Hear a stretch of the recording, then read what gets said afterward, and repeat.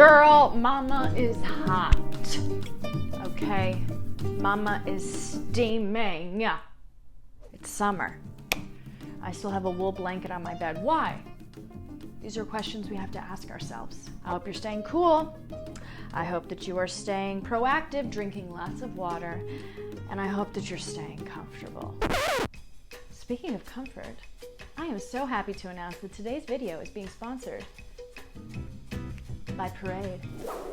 Oh! So what is Parade? Parade is an online underwear company focusing on sustainability, individuality, and eco-friendly practices to make sure that you are getting the best wear in your underwear. Oh, I just made that up on the spot. Something about me is that I actually hated wearing bras for years. Parade is the company that changed that for me. I wear their products every single day, whether it's underwear, bras, or apparel, which this shirt is also by them. But today I want to talk about the bras that I wear. The bra today being the triangle bralette in the Replay fabric. The Replay fabric is made from sustainable sources, and it is a very smoothing sort of material that feels like it's holding you in without holding you in, you know what I'm saying? I own this also in black, as well as this fun festive color, and I wear this to the beach because I like the fit of this so much. I have not found something that fits like these bras. Their online shopping experience is also so easy. It doesn't feel like I'm getting bogged down with so many options.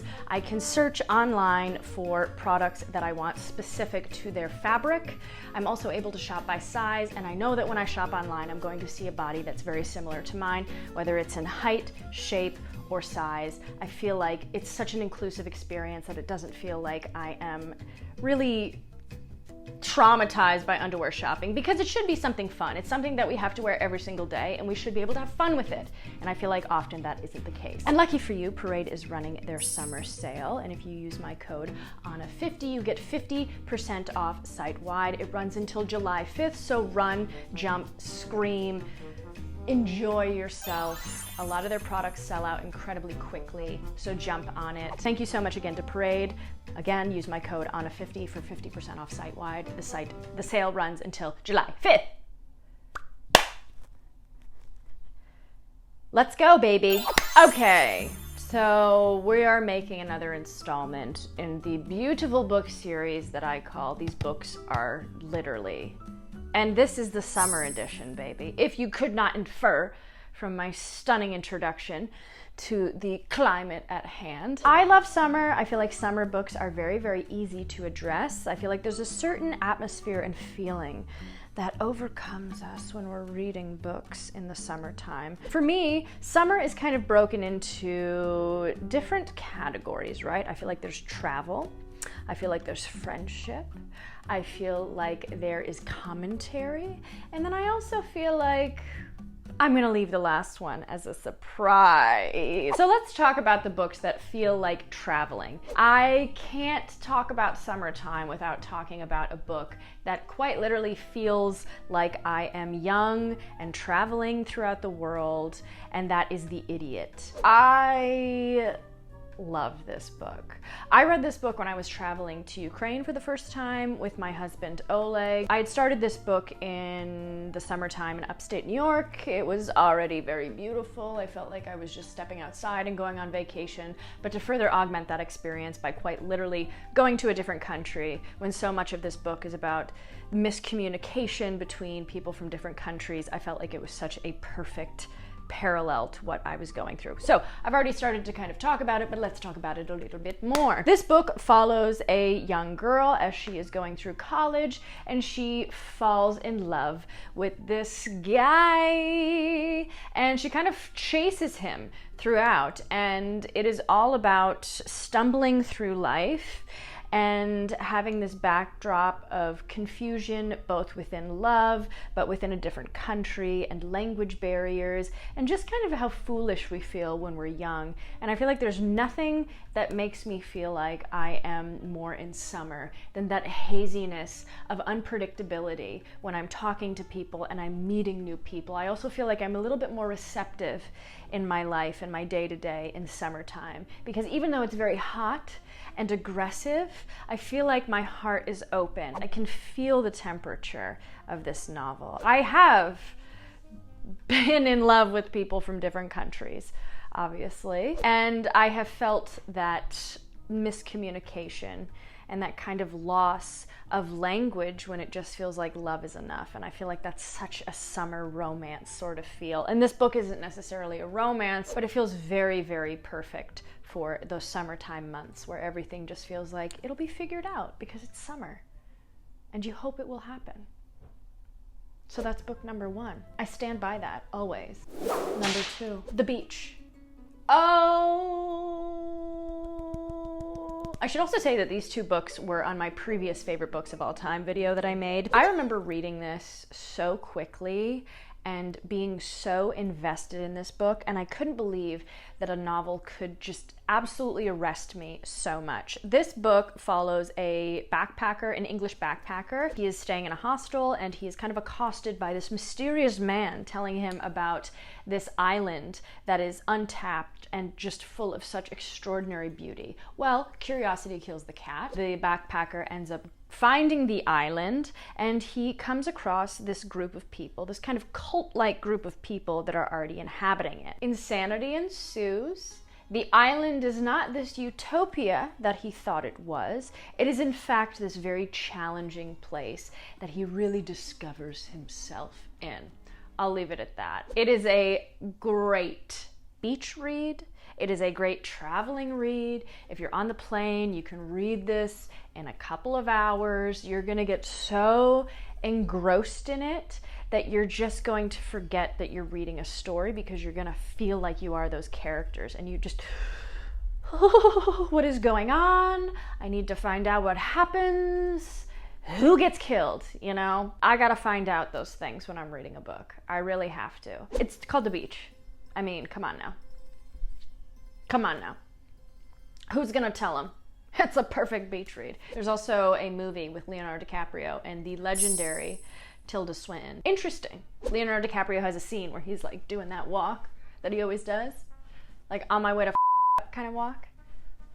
And it's the best part. What is the other book that I want to talk about? Oh, okay. So what is a summer book without talking about an author that I feel like really just inhabits that world of kind of hazy California sun. California also, I know it's not perpetually in summertime, but it gives me that aura of always being relaxed and laid back. And I have to talk about John Steinbeck, The Wayward Bus. Now this, I couldn't remember. I was like, did this take place in summertime? But there's something about this that feels very much like summer. The reason that I say that is because it is essentially kind of a travel novel, but not really. Looking at what can happen with a group of people that are put together in a bus and the traveling goes awry. It's this very quaint town in California. There is a particular bus stop that picks up all these people and they're set out to a certain destination. Well, the bridge, I believe, that they're supposed to go across falls apart, or they get caught kind of in the threshold of said bridge and they're unable to go further. The bus kind of breaks down and it's putting people into a bus in a very tight situation and seeing how they react. Obviously, you're following different narratives of different characters. You're following 2 people kind of in a tryst.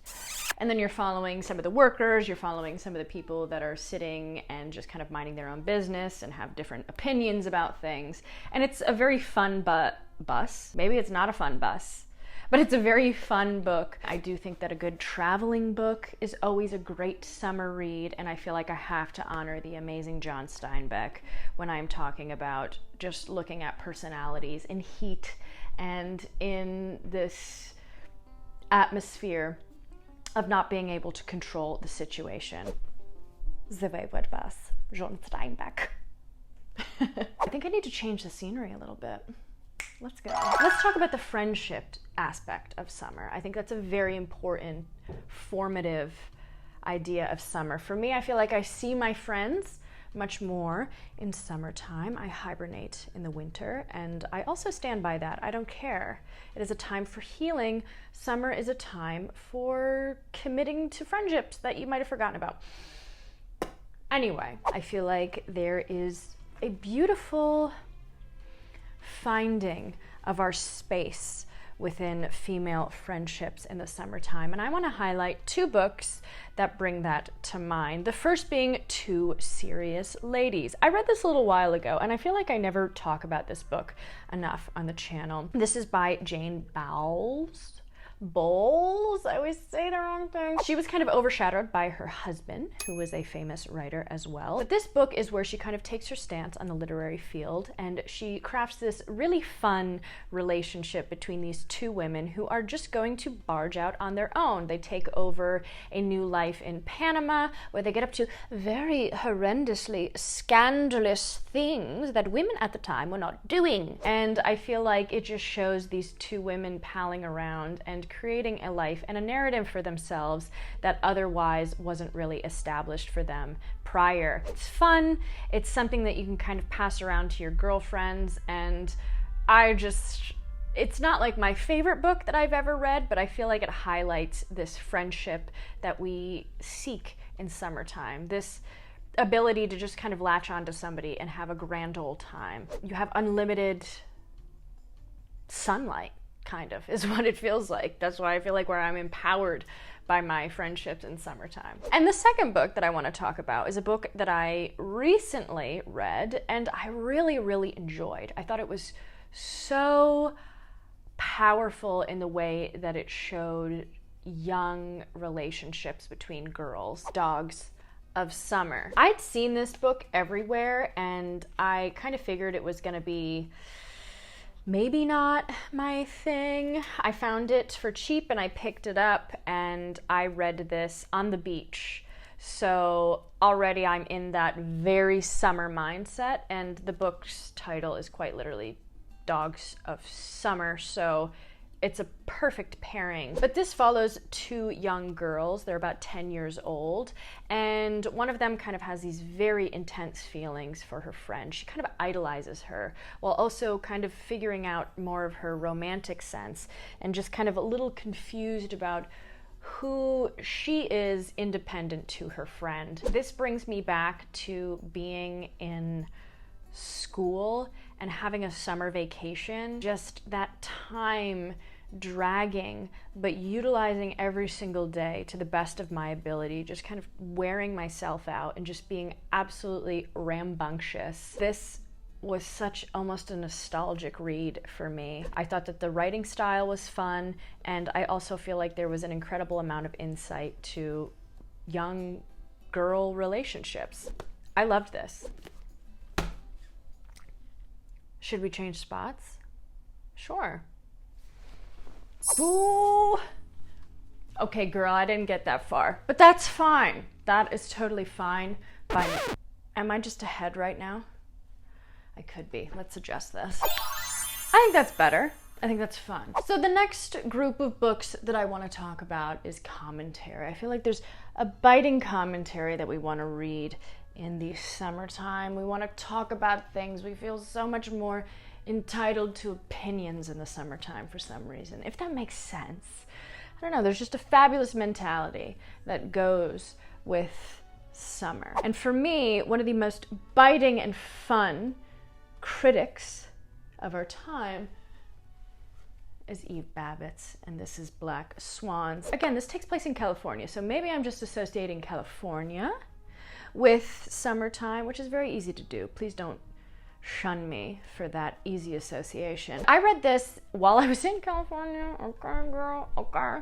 Sorry, it's happening. I loved this book. This is very much summer kind of coded. It's talking about these fabulous people, and Eve is taking on the mentality of being an onlooker and just observing just groups and individuals who she kind of revered, or just these situations in history, and just having her mental note on it is so interesting. I mean, Eve Babbitt is a very easy to read author. She has great insight, and a lot of her stories are very, very fun. And Black Swans is a perfect book to just take with you to the beach, take with you on vacation. It doesn't feel like it's a toll to read her stories.